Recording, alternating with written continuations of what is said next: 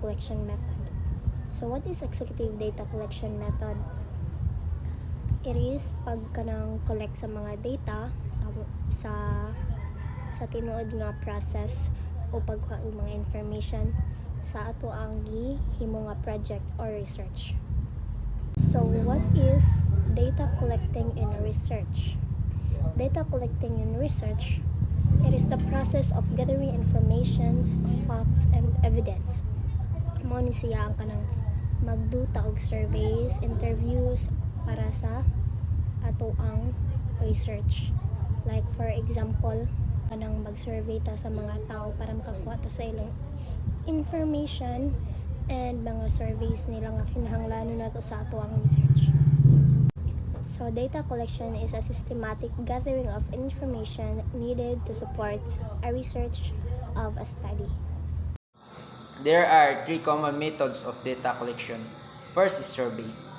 Survey is asking people question to get their answer. Kumbaga mangutana-tana sa estudyante bana or tao kung unsa ilang tubag or idea ana. For example ana kanang before mag-conduct ta sa atong research survey.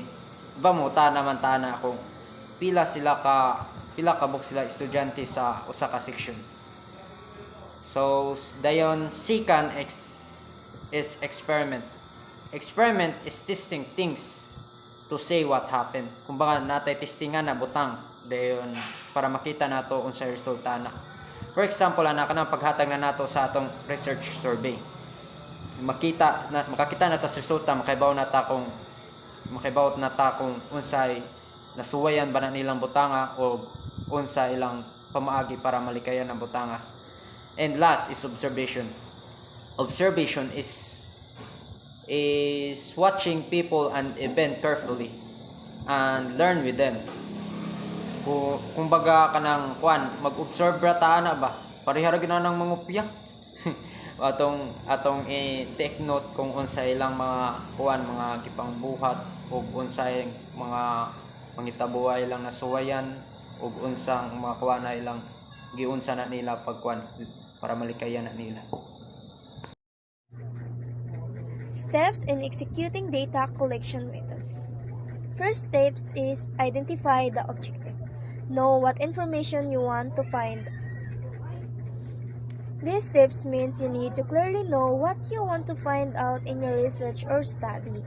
Having a clear goal helps you collect only the information that you really need. Steps 2 is choose the methods. Pick whether to use surveys, experiments, or observation. After knowing your goal, you must decide how to collect the data through surveys, interview, experiments, or observation.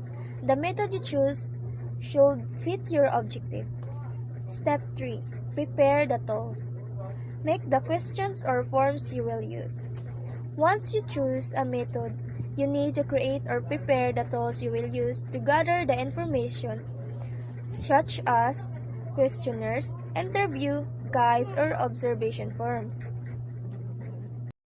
So record and organize data.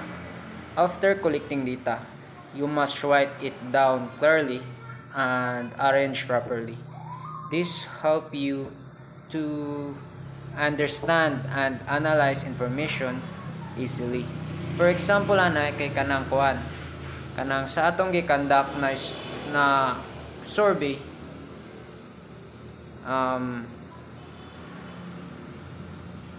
you can list the result in a table. Dira na makita kung pila ka buok estudyante ang magbaon para paniudto o pila ka buok estudyante ang dili magbaon para paniudto. So collect data systematically. So mauna siya kanang mangolekta tag impormasyon na ayon sa atong plano. For example kay kanang magbuhat ta o mag-conduct ta og survey questionnaire na about sa kung pila ka buok estudyante ang magbaon para paniudto.